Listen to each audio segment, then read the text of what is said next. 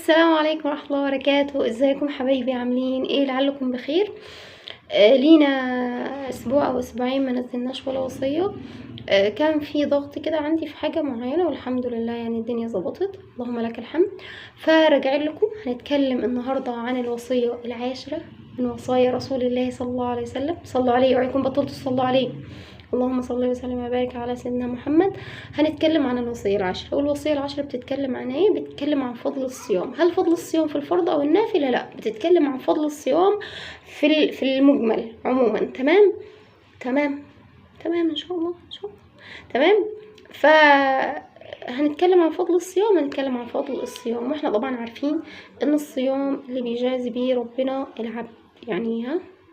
يعني ربنا بيجازي العبد على الصيام، فاللي بيجازي الكريم، فاحنا طبعا اللي منتظرينه من الكريم لا يعد ولا يحصى. تمام، فان شاء الله خير ما دام الكريم اللي بيجازي، فاحنا في مأمن.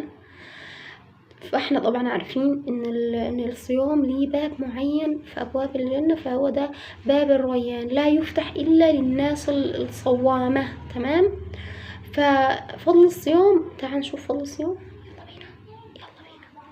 فضل الصيام، الوصية العاشرة من وصايا رسول الله صلى الله عليه وسلم تتكلم عن فضل الصيام. ايه ده فضل الصيام؟ عن ابي امامة رضي الله عنه وارضاه، قلت يا رسول الله مرني بعمل ينفعني، يعني مرني بعمل، انا عايز حاجة تنفعني. فالرسول صلى الله عليه وسلم بيقول له عليك بالصوم فانه لا عدل له او لا عدل له، يعني مفيش ليه حاجة بتعادله اصلا في الاجر.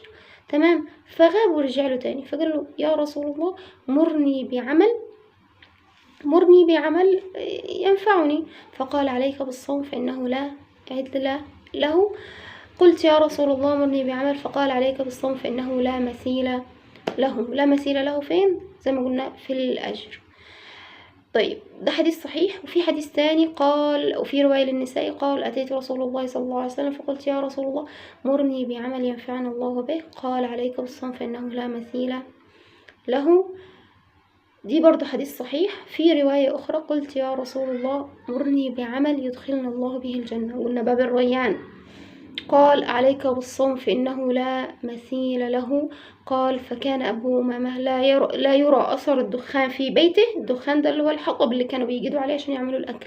لا يرى أثر الدخان في بيته نهارا إلا إذا نزل بهم ضيف. تمام، والدخان ده دي حاجة اسمها، كان زمان اسمها الكانون ده كانوا بيجيدوا عليه، هي ما زالت موجودة في بعض البلاد دلوقتي. كانوا بيكيدوا عليه الحطب ويعملوا عليه، يسووا عليه الأكل ويسووا عليه الشاي والحاجات اللي كانوا بيستخدموها. فما كانتش احنا أغلب أكلنا وطبخنا كان بالنهار، علشان احنا بالنهار طول النهار بناكل. فهو ما كانوش بيشوفوا أثر الدخان ده في بيته إلا إذا نزل بهم ضيف، من حرصه الشديد على تطبيق الوصية بتاعت رسول الله انه يدخل الجنة، ومش اي جنة ومش اي باب من ابواب الجنة، ده باب الريان. تمام. وعن ابي سعيد رضي الله عنه وارضاه قال قلت يا رسول الله، قال صلى الله عليه وسلم، قال رسول الله صلى الله عليه وسلم صلى الله عليه، ما من عبد يصوم يوما في سبيل الله تعالى إلا باعد الله بذلك يوم القيامة وجهه عن النار 70 خريفا. يعني ومن زحزح عن النار فقد فاز فوزا عظيما، زحزح بس، فباعد 70 خريفا. فده برضو حديث حسن، أخرجه الترمذي ومسلم، لا أخرجه الترمذي ومسلم والبخاري والنسائي. تمام. ففضل الصيام عظيم.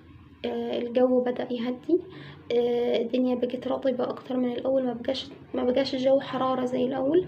فعايزين نرجع بقى كده شوية شوية، مرة 2، مرة خميس، مرة 3 أيام من كل شهر. واحنا اتكلمنا عن الصيام في وصية سابقة قبل كده، وقلنا ان الصيام الكريم اللي بيجازي بيه. الله يجعلنا ممن يحبهم ويرضى عنهم، اللهم امين. واجعلنا ممن يدخلون الجنة بلا سابقة حساب ولا عذاب. احنا لا حمل الحساب، ما عملناش ليه حسنات، ولا حمل العذاب. تمام، فادخلنا اللهم الجنة بلا سابقة حساب ولا عذاب.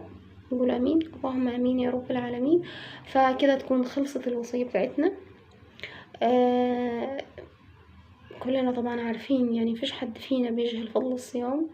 اي نعم، هو مشقة وتعب وجهد على الجسم، لكن الصيام مش بس صيام أكل، لكن الصيام صيام جوارح.